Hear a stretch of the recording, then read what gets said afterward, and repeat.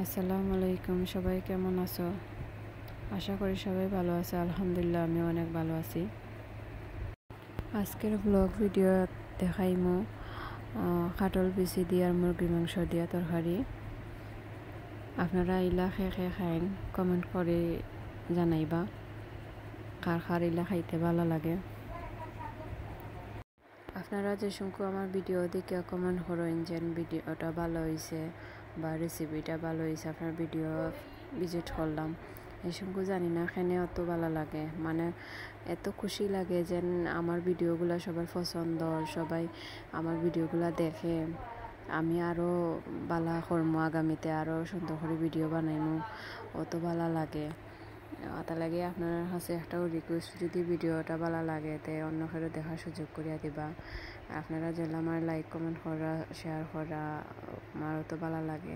মানে আপনারা যদি লাইক কমেন্ট করেন, মানে ভিডিও করতে যেমন আলাদা একটা খুশি লাগে, বুঝছেন?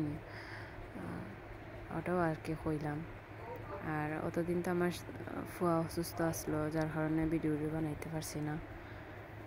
এখন থেকে ভিডিও দিমু, আপনারা দেখবা আর কমেন্ট করে জানাইবা আপনারা এলাকায় তরকারি খাইন, কাঁঠাল বিচি দিয়া তরকারি খাইতে খার ভালো লাগে, কমেন্ট করে জানাইবা।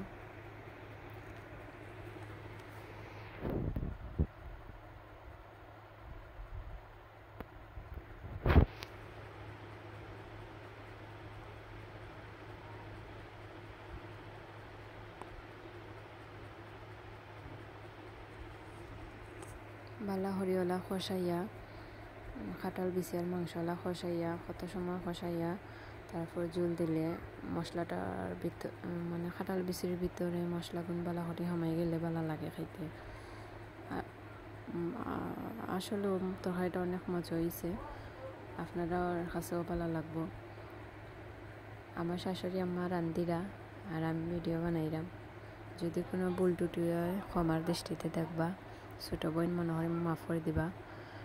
আর হলো আমার লগে সবাই থাকবা। ধন্যবাদ সবাইকে।